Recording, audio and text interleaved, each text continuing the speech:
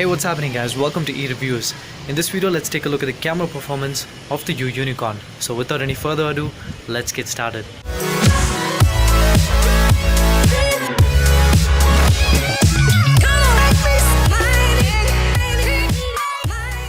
Before we begin, let's take a look at the specifications. It's got a 13 megapixel primary camera with an aperture of f/2.2 with face detection autofocus and a dual-tone dual LED flash.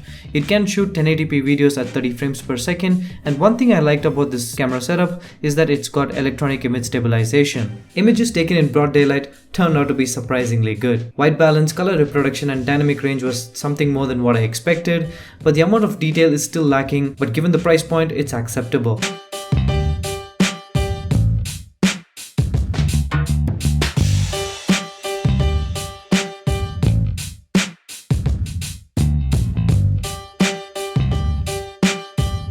But one thing I didn't like about the processing is the amount of exposure. Some images, even in broad daylight, turned out to be too overexposed for my liking.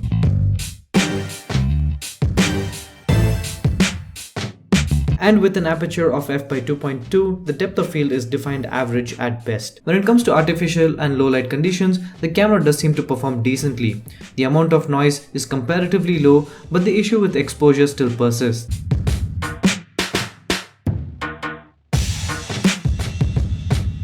Moving on to videos, as I mentioned earlier, the Yunicorn can shoot at a maximum of 1080p, and the video turned out to be pretty decent, but again it still had the issues with amount of exposure.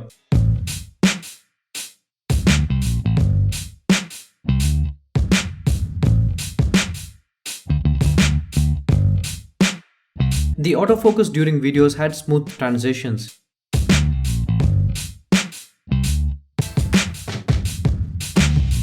And thanks to electronic image stabilization, the videos turned out to be very stable.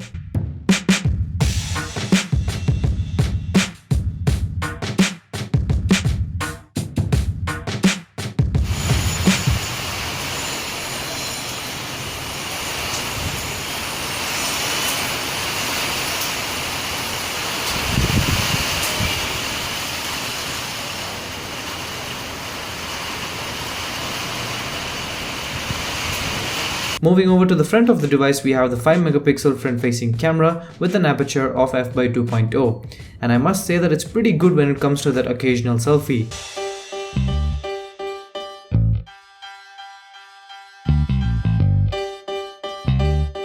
But when it comes to videos, well, let's have a look. So this is a video from the front-facing camera and the audio is from the onboard microphone. As much as I was satisfied with the selfies from the front-facing camera, this is completely right opposite. There's absolutely no detail, hell lot of artifacts, and I'm pretty sure the front-facing camera doesn't have any white balance or any processing of that sort, because the colors are all off and there's nothing natural about it. So let's get to the verdict. It was a good journey with the rear-facing camera. A couple of software updates can perfect it and make it even better, but when it comes to the front-facing camera, I don't really think anything can be done about it. Now, you calls this device their flagship, and I think that's the biggest marketing mistake they've done. The rear-facing camera is good, but definitely far away from a flagship material.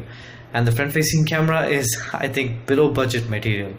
Anyways, that's left to you guys to decide. Let me know in the comment section what you think about the camera performance on the Yunicorn. Alright guys, so that brings me to the end of this video. If you liked it, go ahead and give it a big thumbs up and subscribe to the channel for the full review. Also like eReviews on Facebook, Twitter and Instagram for some good tech information and fun giveaways. This is Santosh signing off for eReviews. You guys have a great day.